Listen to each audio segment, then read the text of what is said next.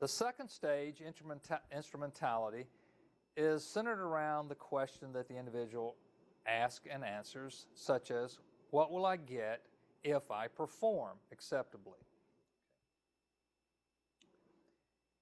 Instrumentality is governed by perceptions of uncertainty and equity.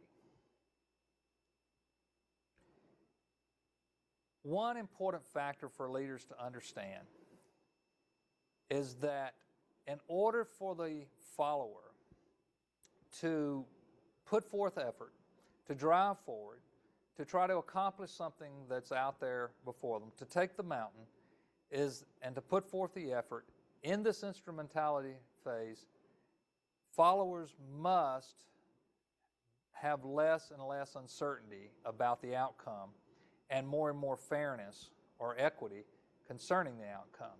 So one principle that I offer leaders quite often is, if you really want people to engage that which you want them to engage, drive uncertainty down and drive equity up.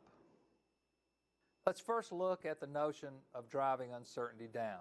This is eliminating from the individual the ambiguities, the lack of clarity, the threat or the fear of the unknown, all bottled up in this sense of uncertainty. So let's look at things that we know that will drive uncertainty down.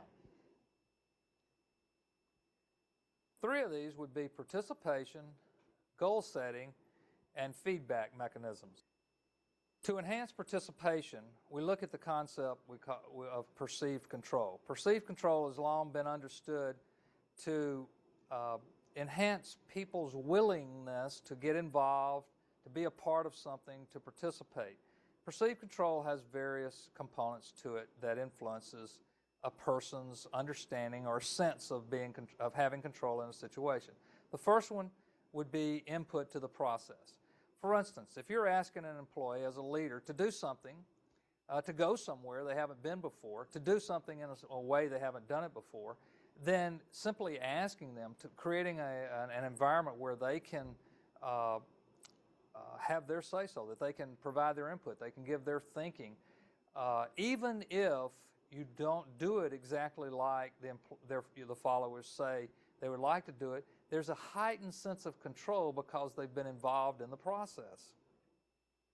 Secondly, a rationale is provided. When the leader explains what and why for many people, it enhances their understanding. It clears their head of where they're going.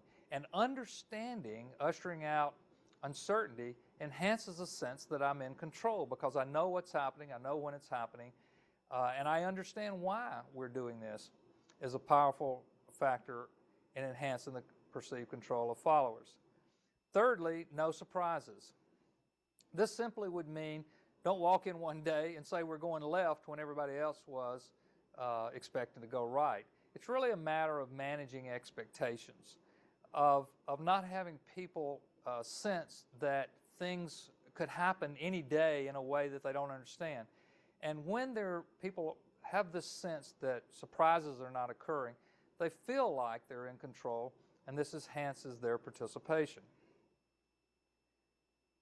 Fourthly, advance notice. This is similar to no surprises, but it's simply letting people know well in advance what you expect of them, where you expect to be, when you expect to be there.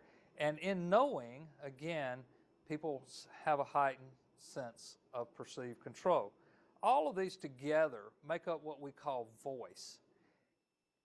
And many scholars would say, and practitioners would say, that in order to really get the participation of your followers, in order to get them to really understand the sense of certainty around the outcome of their performance, then you must provide for them what's called voice. And voice is really a culmination of all of these things, all these factors.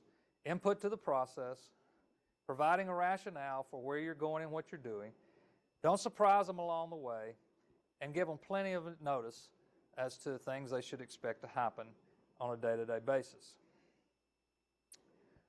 Goal setting is the second factor that will help us answer the question, what will I get if I put forth the effort or if I perform? Goal setting is one of the common theories of motivation out there. Many people participate in goal setting all the time. But let's just look at a few highlights of what we know that will be helpful in the instrumentality phase of the EIV model. What we found in goal setting research is that individuals' efforts are generally higher if a person has a goal.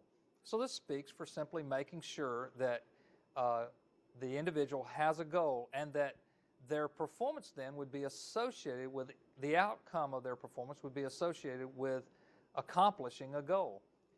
It's better if the goal is self-determined versus provided. This goes back somewhat to the participation and the value of voice, is that people will generally put forth more effort if they've been a part of setting the goal than if someone just provided it to them.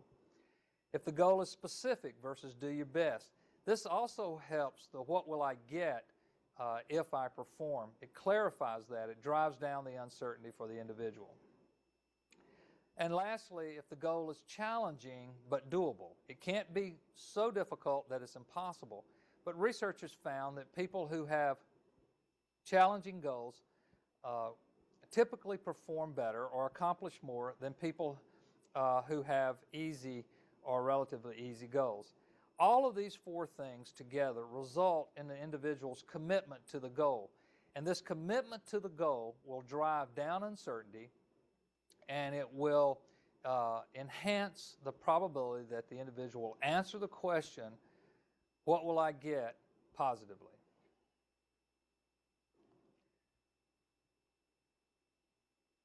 Some other related concepts around goal setting that are helpful for us to understand as leaders are, first of all, the difference between proximal and distal goals. Proximal goals simply mean that the goal is closer in time and space to the individual than if it's distal. An example here would be meet the next project deadline. That would be proximal relative to complete the project on time, which is distal. The proximal goal has more effect in the certainty of the individual and providing certainty for the individual in terms of their effort. Elemental versus superordinate is another distinction of goals we should understand. Elemental goal, an example, would be to get the upcoming promotion. A superordinate goal would be to make a lot of money. You can see that the elemental goal will have more effect on the individual's effort as it directs them more specifically to the targeted outcome of their effort. And lastly, an important distinction is behavioral versus performance goals. This is a big topic, and we can't do it full justice here in this lecture. But let me see if I can't heighten your awareness to the differences between behavioral and performance goals. A behavioral goal, if we have two goals, or the option of two goals, one is to increase sales 10% this year, or to make 100 sales calls this year. Which would you think is behavioral? Which would you think is performance? Make 100 sales calls this year would be a behavioral goal. Increase sales 10% this year would be a performance goal. The reason this is important in terms of uncertainty is the degree that there are situational contingencies that affect the ability to achieve the outcome, having put forth the effort, will add to the uncertainty. For instance, making 100 sales calls per year, this is totally under my control. Making 100 sales calls a year is totally under my control. I can do this. It doesn't matter if our product is not priced competitively. It doesn't matter if there's an economic downturn. It simply matters that if I put forth the effort, I will get the behavioral outcome. The second goal of increasing sales 10% has a large number of situational contingencies. It has to do with how my product is positioned against competitions or what's going on in the economic environment out there. After 9/11, no salespeople made their goals because if they were performance goals because of the environmental or situational contingencies that made it impossible to get the outcome given the effort.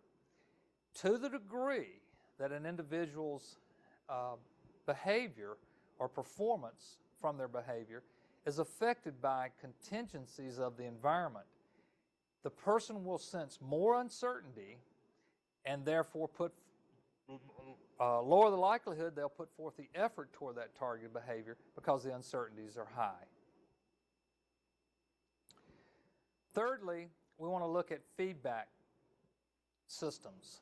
Feedback is a way of reducing uncertainty.